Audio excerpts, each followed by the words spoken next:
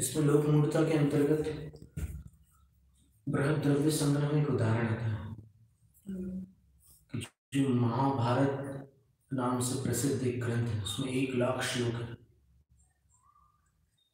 उसके अंदर एक उदाहरण आता है कि जब युद्ध आदि सब संपन्न हो गए तो पांडवों ने श्री कृष्ण जी से कहा कि चलो तीर्थ यात्रा करते हैं, आप साथ चलो।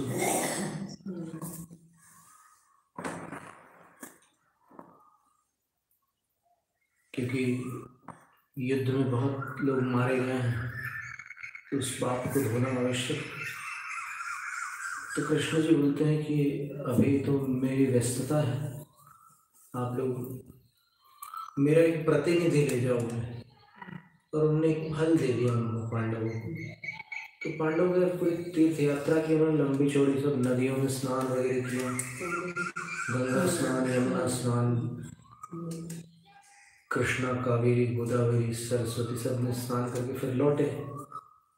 तो समय तो लग गया, पर कृष्ण जी जैसे वो लौट कर आते हैं तो बोलते हैं कि मेरा प्रतिनिधि, तो वो फल वापस लौटा देते हैं कृष्ण जी। फिर कृष्ण जी बोलते हैं कि आज हमारे यहाँ भोजन करना है। तो पांडव लोग स्वीकार करते हैं, ठीक है, आपके घर, आपके यहाँ भोजन कर लेंगे। जब भोजन का समय होता है और उनको खीर परोसी जाती है तो पांडव लोग मुंह में लेते ही साथ उसको गले के नीचे नहीं उतार पाते, उठ के बाहर कर देते हैं। तो कृष्ण जी बोलते हैं कि ये क्या तरीका है? एक आतिथेय ने अतिथि को भोजन प्रदान किया, भोजन परोसा, और अतिथि ने उस भोजन को बाहर कर दी।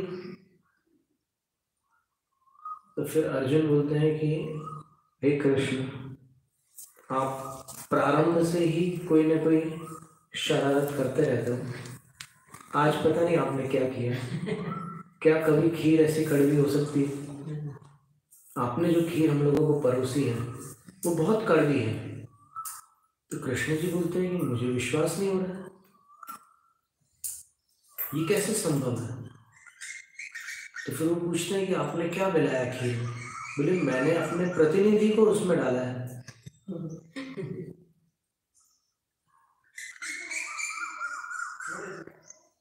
बताओ, तुमने कोई विधि में कमी तो नहीं रखी थी? मेरे प्रतिनिधि को साथ में ले गए थे, बोले कि नहीं, हमने जिस जिस तीर्थ पर जो विधि करनी थी पूरी की थी, और आपके प्रतिनिधि को तो और अच्छे से सामने रख करके की थी। गंगा स्नान हमने जब किया तो फिर इसको 2 बार डुबकी लगाई, हमने तो एक ही बार लगाई। तो कृष्ण जी बोलते हैं कि मुझे आश्चर्य है कि जिस गंगा स्नान से स्नान करने वाले के पाप धुल जाते हैं, उससे इस फल की कड़वाहट कैसे नहीं धुली?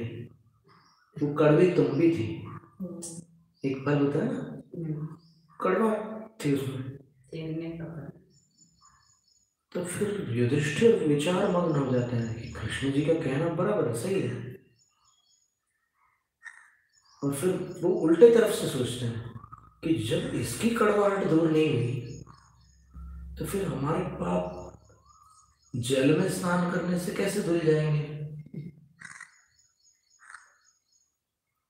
और जब सारे पांडव इस बात को स्वीकार कर लेते हैं कि हम जो कल्पना करके चल रहे हैं उस कल्पना में परमार्थ नहीं है, तब कृष्ण एक श्लोक बोलते हैं,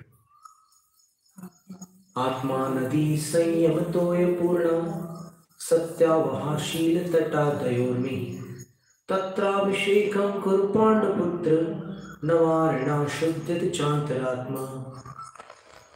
हे पांडुपुत्र, आत्मा ही नदी है, उसको संयम तोय पूर्ण, संयम रूपी जल से भर दो। सत्यावहा, सत्य को उसका प्रवाह बना दो। और शील तटा, शील को नदी के दोनों तट बना दो। निश्चय व्यवहार ब्रह्मचर्य, यहाँ जैन धर्म से ऐसे ही लगाएंगे, 2 तट है तो। और दयोर्मी, दया को उस नदी की लहरें बना दो, आत्मा रूपी नदी की लहरें दया को बना दो। और तत्राभिषेकम करो पांडुपुत्र, हे पांडुपुत्र उसमें अब स्नान करो। वारिणा अंतरात्मा न शुद्ध थी, जल से अंतरात्मा शुद्ध नहीं हो सकती।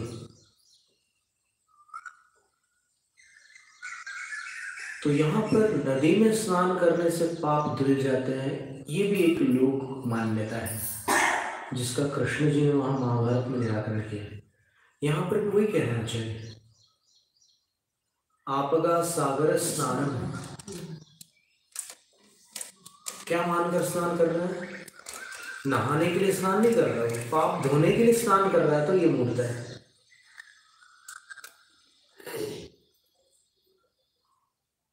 कंकड़ पत्थरों का ढेर लगाना, पर्वत से गिर जाना, अग्नि में प्रपात करना, ये सब लोग मूर्खता कही जाती है।